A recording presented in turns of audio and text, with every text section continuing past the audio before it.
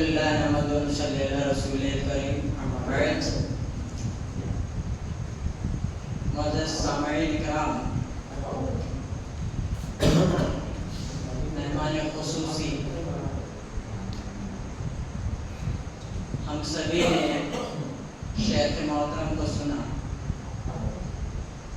بہت پیارے کلمات تھے شیخ کے، اور ہمارے شیخ مولانا عارف صاحب کی بھی باتیں سنی. ان سب چیزوں کا مغز کسے کہتے ہیں؟ ایک مختصر سی بات میں اپنی باتوں کو ختم کروں گا، ٹائم زیادہ ہو جائے گا. مغز کہتے ہیں ایک پھل، چاہے آم لے لیں، سیب لے لیں، وغیرہ وغیرہ کوئی بھی پھل لے لیں. اوپر چھلٹا ہوتا ہے، بیچ میں اس کا بیج ہوتا ہے، اور چھلٹے اور بیج کے درمیان میں جو چیز ہوتی ہے اسے کہتے ہیں مغز، گودا جسے کہتے ہیں. ان تمام چیزوں کا مغز نکالیں تو ایک ہی پہلو یاد رکھنا چاہیے. اگرچہ ہم نے آپ صلی اللہ علیہ وسلم کو نبی نہیں مانا، میں یہ بات اس لیے کہہ رہا ہوں، الحمدللہ بہت سارے اجلاس میں، بہت سارے خطبات میں ہم یہ تمام چیزوں کو سنتے آ رہے ہیں، اور ایسا کوئی نہیں ہے جس نے بڑے بڑے علماء کو نہ سنا. ہم تو چھوٹے سے طالب علم ہیں، بہت بڑے بڑے علماء کو سنا، بڑی بڑی ڈگریوں والوں کو سنا، لیکن نعوذ باللہ ہماری حرکتوں میں ردی برابر بھی فرق نہیں آیا. کیا وجہ کیا ہے؟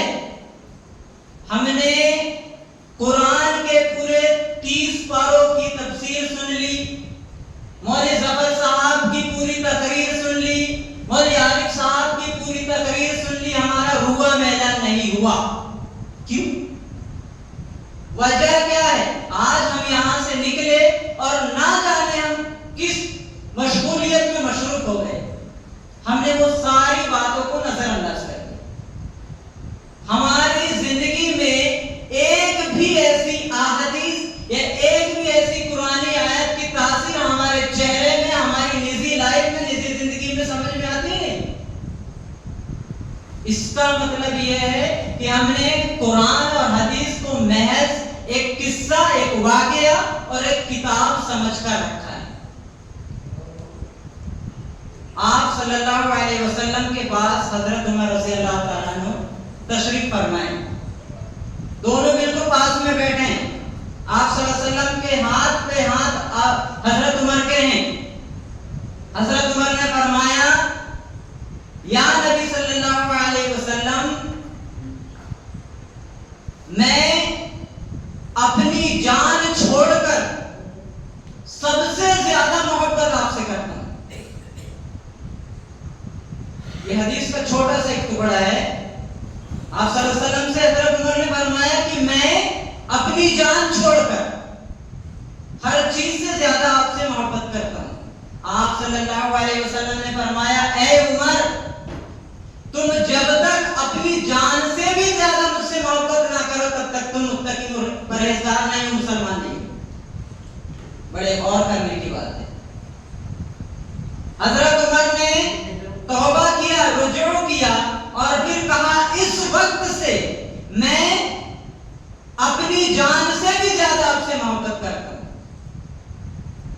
ذرا سوچنے کی بات ہے کہ ہم یہ ساری چیز، جنت سن لی، جہنم سن لی، حرام سن لیا، حلال سن لیا، قرآن سن لیا، احادیث سن لی، لیکن ہمارے دل میں وہ ایمان کی تاثیر ہے ہی نہیں. ہمارے دل میں وہ ایمان کی حرارت ہے ہی نہیں کہ اس پر ہم عمل کر سکیں. قرآن کے 10ویں پارے میں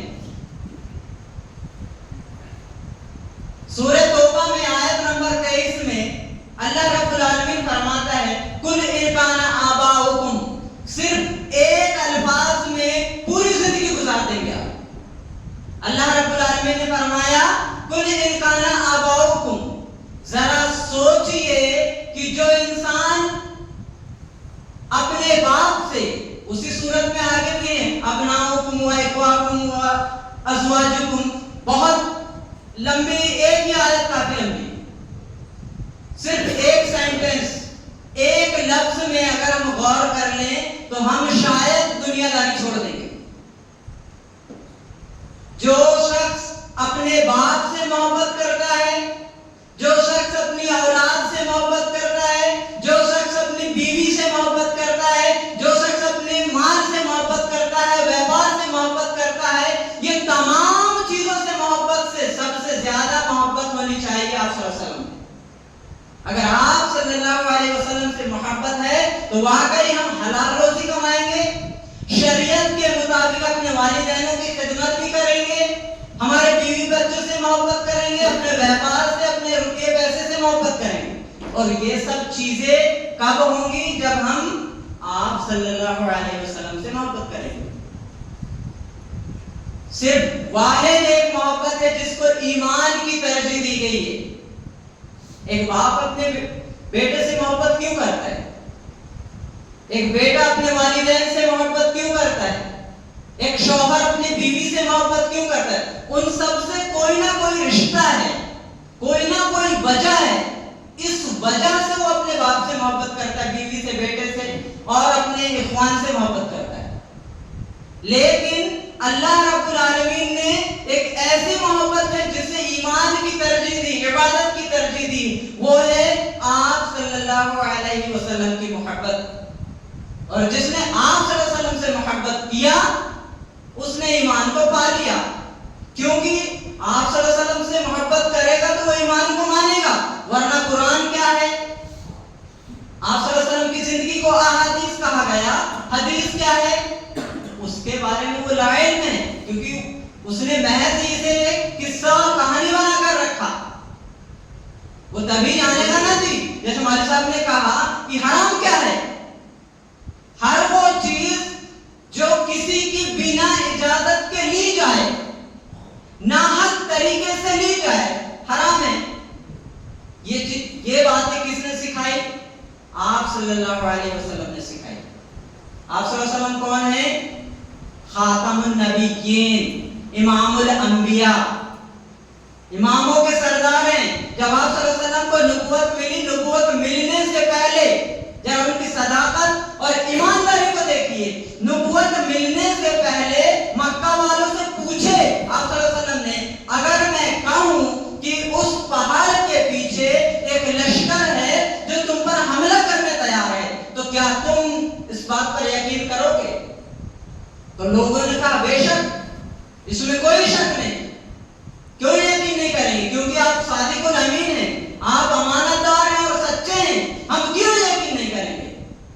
ذرا سوچئے، آپ صلی اللہ علیہ وسلم کو ابھی نبوت نہیں ملی ہے، اس کے بعد بھی انہوں نے انہیں صادق الامین کہا، یقین کیا. اور جب یقین کیا اور اللہ رب العالمین نے آپ کو نبوت سے نوازا تو آپ صلی اللہ علیہ وسلم نے سب سے پہلی دعوت دی اللہ کے بارے میں. بہرحال وقت ہمارے پاس نہیں ہے، اس لیے اپنی آخری بات کہوں گا اور بات کو ختم کروں گا. یہ تمام چیزوں کا مقصد جو ہے، سب سے پہلے ہم اپنی زندگی میں اتاریں، اپنی زندگی کو آپ صلی اللہ علیہ وسلم کو اسوہ و نمونہ مان کر اپنی زندگی کو اس راہ پر چلائیں. انشاءاللہ ہم کامیاب ہیں. ورنہ ایسے کئی اجلاس ہم نے دیکھ چکے، سن چکے، لیکن ہمارا روح میلہ نہیں ہوا، اس سے کوئی فرق نہیں پڑتا. انسان کی ایک کوشش، انسان کا ایک قدم، اللہ رب العالمین اس کے 10 قدم آسان کر دیتا ہے. بس ایک قدم رکھنے کی دیری ہے. ہم اپنے خود سے یہ عہد کریں کہ انشاءاللہ ہمارے اندر جو برائیاں ہیں، جو کمیاں ہیں، انشاءاللہ آج سے وہ ختم ہو جائیں گی. یعنی عہد کر کے اٹھیں، انشاءاللہ ہم کامیاب ہیں.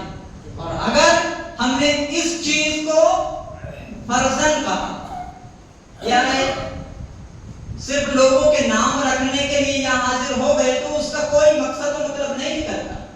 اگر ہم نے پبلسٹی بڑھانے یا اپنی ریپوٹیشن کو بڑھانے کے لیے یہاں حاضری دی ہے تو اس کا کوئی مقصد و مطلب نہیں. یہاں سے اٹھیں تو کچھ عہد کر کے اٹھیں کہ ہم نے جو آج سنا ہے شیخ محترم سے، تو ان باتوں پر عمل پیرا ہوں. اپنی زندگی کے جتنے بھی نقش و قدم ہیں ان پر کچھ چینجنگ لائیں.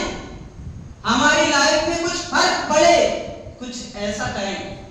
الحمدللہ ہم کامیاب ہیں. بہرحال اللہ رب العالمین سے دعا ہے الہ العالمین ہم نے جو بھی سنا اس پر عمل پیرا ہونے کی توفیق عطا فرما. آمین ثم آمین. واخر دعوانا ان الحمدللہ.